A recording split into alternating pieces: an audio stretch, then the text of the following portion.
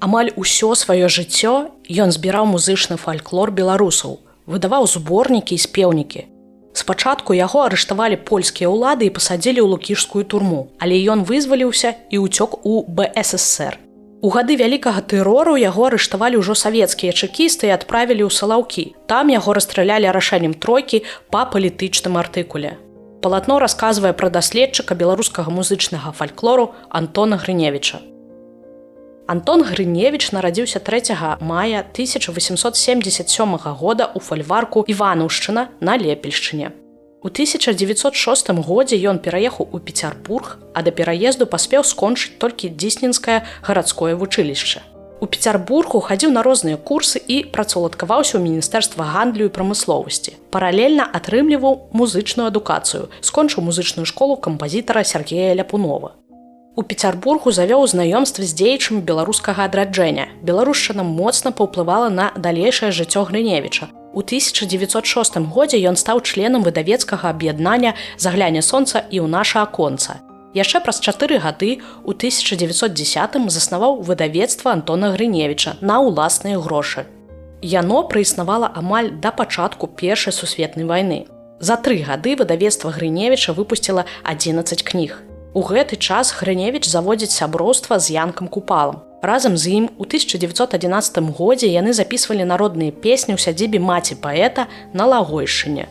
Таксама Грыневіч шчыльна супрацоўнічаў з газетай «Наша Ніва». У ёй пісаў пра каштоўнасць традыцыйнай культуры і заклікаў збіраць беларускія песні.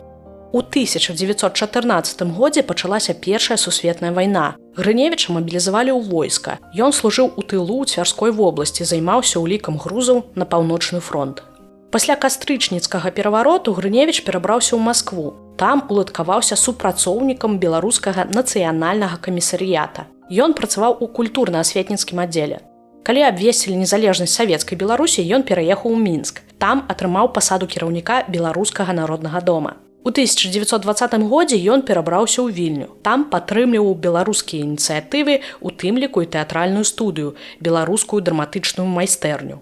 У Вільні Грыневіч працягваў займацца выдавецтвам, рыхтаваў кнігі і зборнікі да друку. Аднак спакойна жыць не атрымалася. У 1921 годзе Грыневіча арыштавалі польскія ўлады па абвінавачванні ў сувязях з бальшавікамі. Яго пасадзілі ў лукішскую турму на 10 месяцаў.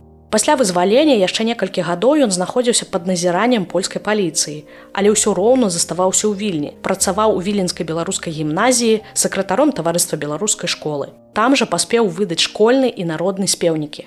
У красавіку 1925 года нелегальна перабраўся ў БССР і ад гэтага часу жыў у Мінску. Пазней у інтэрв'ю Савецкай Беларусі ў 1927 годзе расказваў, што пачаў займацца зборам песень ад 1906 года, тады, калі пераехаў у Пецярбург. Вядома, што да 1927 года Грыневіч сабраў каля 500 народных мелодый і каля 1000 тэкстаў. У Мінску ён уладкаваўся ў музычную падсекцыю Інстытута беларускай культуры. Быў там старшынёй беларускай песеннай камісіі. Грыневіч удзельнічаў у шматлікіх экспедыцыях на Палессе і на поўнач Беларусі. У 1928 годзе ён пераязджае з Мінска на Віцебшчыну. Ён жыў у гарадку, а затым у самім Віцебску. Там ён планаваў далей працаваць над зборам і далейшым выданнем этнамузычных кніг. Восенню 1933 года Антона Грыневіча арыштавалі чэкісты. Менш чым праз год яго прыгаварылі да вышэйшай меры пакарання, якую замянілі на 10 гадоў лагероў за справу Беларускага нацыянальнага цэнтра.